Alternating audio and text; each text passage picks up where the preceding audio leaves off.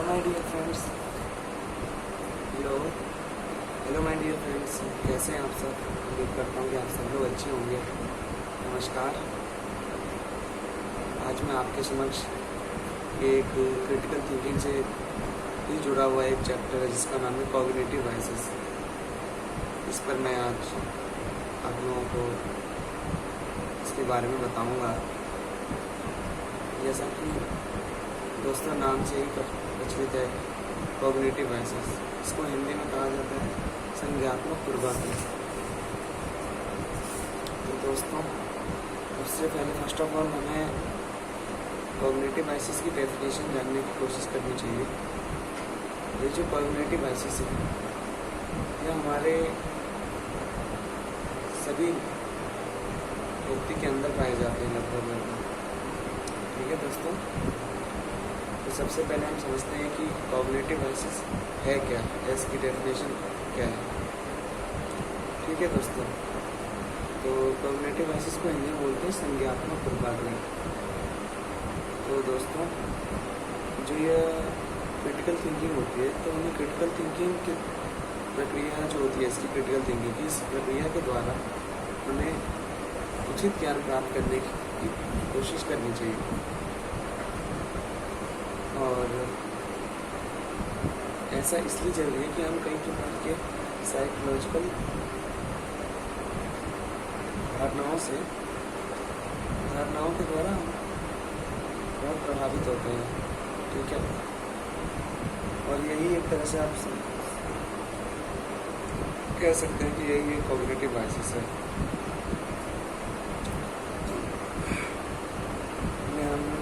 संज्ञात्मक पूर्वाग्रह कह सकते हैं। इन्हें दूर किए बिना सत्य ज्ञान पाना बहुत ही मुश्किल है, क्योंकि सभी व्यक्ति के मन में कहीं ना कहीं बायसनेस होता ही होता है। इसके कई टाइप्स हैं आप बता रहे हैं जो कि निम्नलिखित है। पहला है बिलीफ बायस। बिलीफ बायस को हिंदी में कहा जाता है आस्थागत पूर्वाग्रह। दोस्तों ये एक बहुत ही गहरा बायस है। जन्म से ही हमारे मन में कुछ ऐसे बिलीफ होते हैं जिनसे हम हट ही नहीं पाते। उदाहरण के लिए सोसाइटी में भी लोगों के मन में भ्रम पैदा होता है कि जो लोग अंग्रेजी नहीं बोलते हैं वह अच्छे नहीं हैं। हमारी कुछ ऐसी आस्थाएं होती हैं और हमारे जो बिलीफ होते हैं हमारे मन के अंदर एक तरह से समा जाते हैं। ठीक है दोस्तों, इससे हटकर हम कुछ देख ही नहीं पाते, जो कि हमें ट्रूथ और ट्रू नॉलेज को पाने में मुश्किलें पैदा करती हैं। ठीक है, तो जैसे कि एक अन्य उदाहरण से भी आपको मैं इस पॉइंट को समझाने की अगर कोशिश करूं, जैसे कि मान लो स्कूल या कॉलेज में टीचर्स होते हैं, वो मन में धारणा बना लेते हैं कि लैंग्वेज जिस बच्चे की ठीक है वही बच्चा सही होगा पढ़ने में, तो ऐसा नहीं होता है। ठीक है, तो यह किसी ना मतलब यह हमारी सोच का एक तरह से हिस्सा बन जाता है, जो कि हमारे अंदर समा जाता है। ठीक है, और किसी युक्ति में हम इन्हीं प्रतिज्ञप्तियों के आधार पर कंक्लूजन या निष्कर्ष निकालते हैं। निष्कर्ष का असत्य होना स्वाभाविक है। दूसरा ह्यूरिस्टिक बायस, इसको दोस्तों हिंदी में कहा जाता है विधर्मी पूर्वाग्रह। इसके अंतर्गत हम दूसरे को तरीके को हम सही समझ लेते हैं। और दोस्तों जैसे कि उदाहरण के लिए अगर इस पॉइंट को आप समझें, जैसे सोसाइटी में सभी लोग ऐसा सोच रहे हैं कि हिंदी भाषा है और मतलब जो हिंदी लैंग्वेज है, ठीक है, यह लैंग्वेज नहीं है, तो हिंदी भाषा नहीं है, अंग्रेजी भाषा ही सही है। कई लोगों का ऐसा मानना है। तमाम तरह के समाज में से लोग जो आपको वर्तमान में भी आपको देखने को कहीं ना कहीं मिलेंगे। ठीक है, तो हम भी उनके जैसे ही सोचने लग जाते हैं, उनके जैसा एक्ट करते हैं या करने की कोशिश करते हैं। ठीक है, हम दूसरे के तरीक़ों को सही समझ लेते हैं। हम सोचते हैं कि जो ये सोच रहे हैं बिल्कुल सही होगा, बट ऐसा कभी होता नहीं है। ठीक है दोस्तों,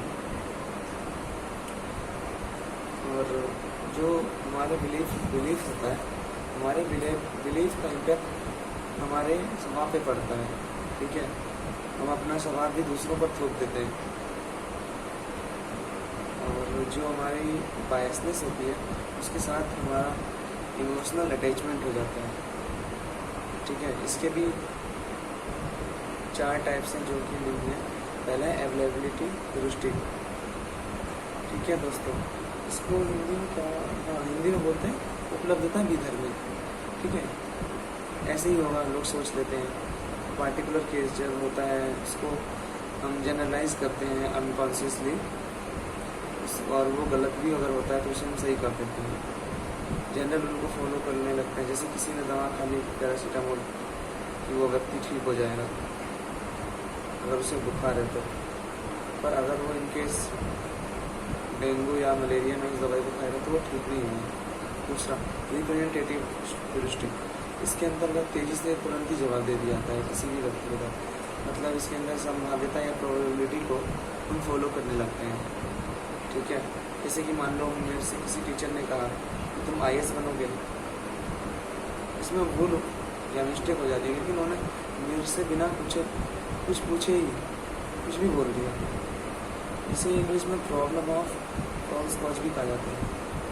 इसका थर्ड पॉइंट जो है साइकोलॉजिकल, यानी हिंदी में बोले इसे मनोविज्ञानी, हमारा स्वभाव बन जाता है, और जो कि हमारे में समा जाता है। हमारे हमको बताते हैं कि इस बार भी ऐसा ही होगा। जैसे कि कहीं पे मान लीजिए अपराध या क्राइम होता है, ठीक है, तो हम बोलते हैं कि नहीं किसी व्यक्ति ने किया होगा भाई, लेकिन हमारा जो खुद का एक बिहेवियर या नेचर होता है उससे ही हम बायस्ड हो जाते हैं, यानी हम उसमें ही हम पक्षपात बन के रहते हैं एक तरह से। चौथा है इमोशनल अटैचमेंट, ठीक है दोस्तों, इसको बोलते हैं भावनात्मक जुड़ाव या परेशानी। इस भावनात्मक रूप से पारंपरिक सिद्धांत के आधार पर हम यह डिसीजन लेते हैं जो कि गलत हो जाता है। भावना जो है हमारी जो भावनाएं होती हैं उस पर ज्ञान का अंकुश होना जरूरी है, और उसका अंकुश भावना पर हमारे ज्ञान का अंकुश होना भी चाहिए, ठीक है। सामान्य निरीक्षण के आधार पर हम यह अनुभव कर लेते हैं कि आगे भी ऐसा ही होगा, ठीक है, या वर्तमान में भी ऐसा ही होने की स्थिति है। यह दोषपूर्ण निष्कर्ष है जो हमारे अनुमानी पक्षपात का ही परिणाम है। इसे इन्फॉर्मल लॉजिक में फैलेसी ऑफ एक्सीडेंट भी कहते हैं दोस्तों। यह फॉल्स कॉन्सेंसस इफेक्ट है, और ये जो फॉल्स कॉन्सेंसस इफेक्ट है इसको यह जन्म देता है। हम ऐसा सोचते हैं कि हमारी धारणाओं की तरह ही पूरे समाज की धारणा है, या फिर किसी विषय पर हमारी तरह ही समाज के सभी सदस्य ऐसा ही सोचते हैं।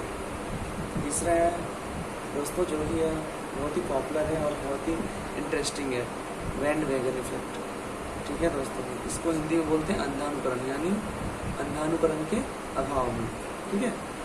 जैसे किसी दुकान में हम मान लो कोई प्रोडक्ट खरीदने जाते हैं, कुछ भी, लाइक कोई मान लीजिए वॉशिंग मशीन, कूलर, टेलीविज़न खरीदने जाते हैं, और जो कि ज़्यादा पॉपुलर है, मतलब जिस कंपनी के प्रोडक्ट की सेल ज़्यादा होती है उसको हम खरीदना चाहते हैं। और इसका प्रयोग काफ़ी जगह इलेक्शन में भी होता है। लोग देखते हैं, जैसे कि लोग देखते हैं कि कुछ व्यक्ति ऐसे जिनके जीतने के चांस ज़्यादा हैं चुनाव में, उन्हीं को अपना मत देते हैं, उन्हीं को वोट करते हैं। और मीडिया जो है इसका काफ़ी प्रयोग करती है ओपिनियन पोल बनाने में, जिसे एग्जिट पोल के नाम से जाना जाता है, और ये बहुत प्रचलित भी रहता है चुनाव के समय। अगर सारे लोग, ठीक है, अगर सारे लोग किसी व्यक्ति या विषय के बारे में खास तरह से सोचते हैं तो हम भी वैसे ही सोचने लगते हैं।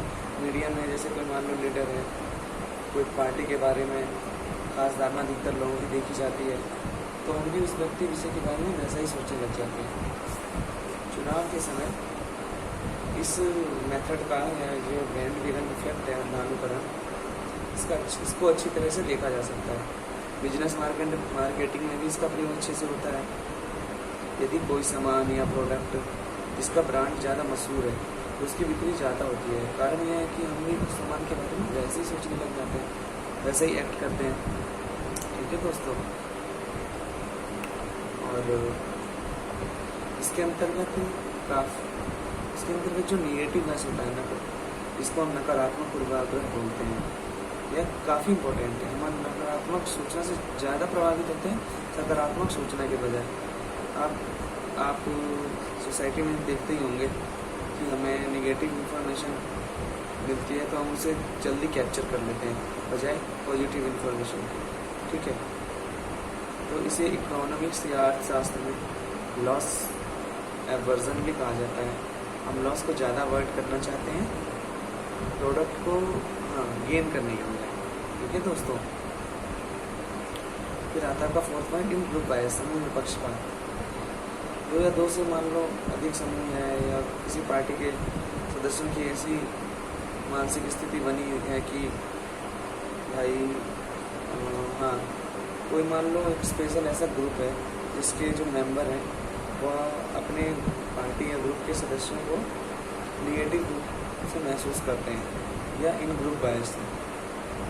अगर हमारी पार्टी जीतती है जिसे हम अपने सदस्यों का हार्ड वर्क कहते हैं और हारने पर बैड लक भी कहा जाता है। लेकिन अगर कोई दूसरी पार्टी जीतती है उसे क्रेडिट हम नहीं देना चाहते हैं तो हम उसमें कहने लगते हैं तो उसका गुड लक है।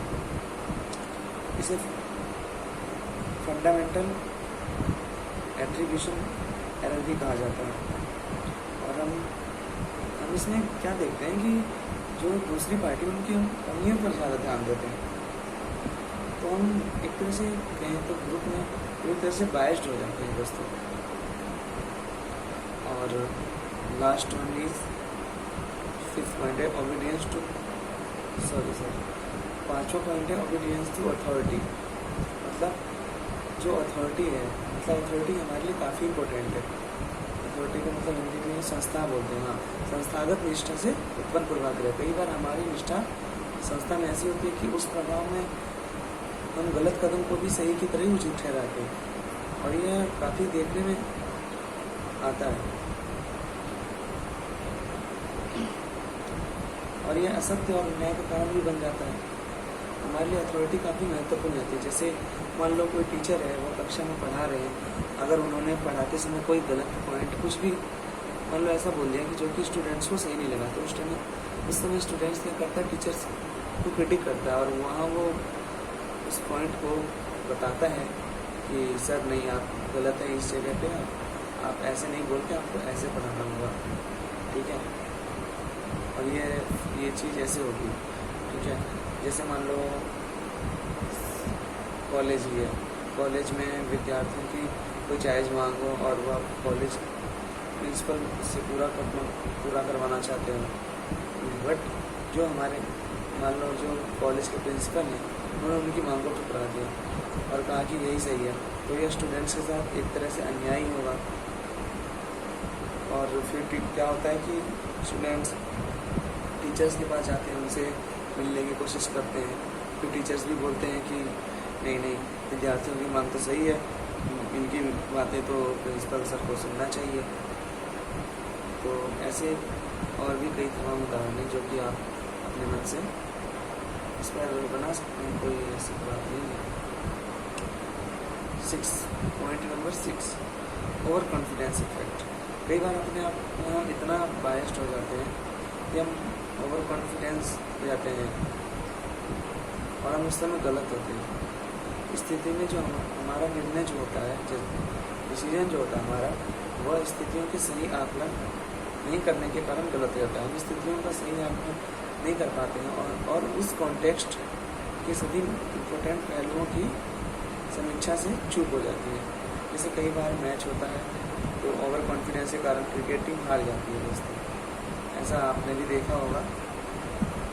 हम अपने ट्रुथ को देखते नहीं हैं सही ढंग से, वहाँ पे अपने जो हमारा माइंड है उसको हम वहाँ पे ठीक तरीके से उसका प्रयोग नहीं कर पाते, अपने आप में ही कंसंट्रेट हो जाते हैं और हम सोचते हैं कि जो मैं कर रहा हूँ वही सही है, बट ऐसा होता नहीं है।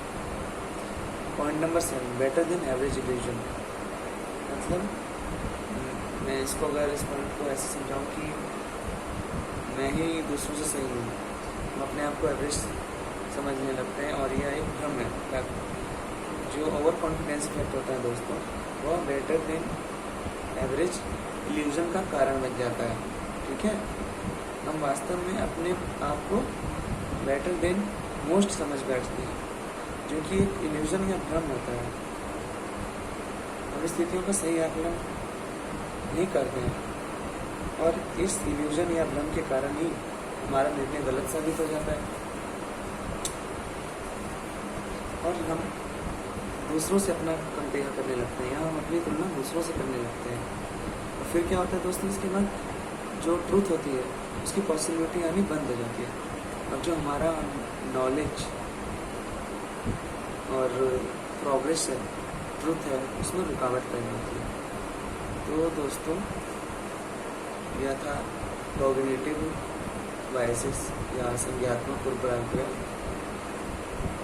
अगर आपको इस टॉपिक में कोई भी डाउट है तो आप कमेंट करके पूछ सकते हैं बिल्कुल, और मैं आपके कमेंट्स का रिप्लाई ज़रूर दूंगा। ठीक है, आप किसी भी टाइम चैनल पे आके इस वीडियो को देख सकते हैं, कमेंट कर सकते हैं, लाइक कर सकते हैं, शेयर कर सकते हैं, और वीडियो को अच्छा लगे तो आगे दूसरों को भी फॉरवर्ड कर सकते हैं, ताकि उन लोगों को भी नए नए टॉपिक के बारे में इंफॉर्मेशन टाइम टू टाइम मिलती है। नमस्कार, धन्यवाद।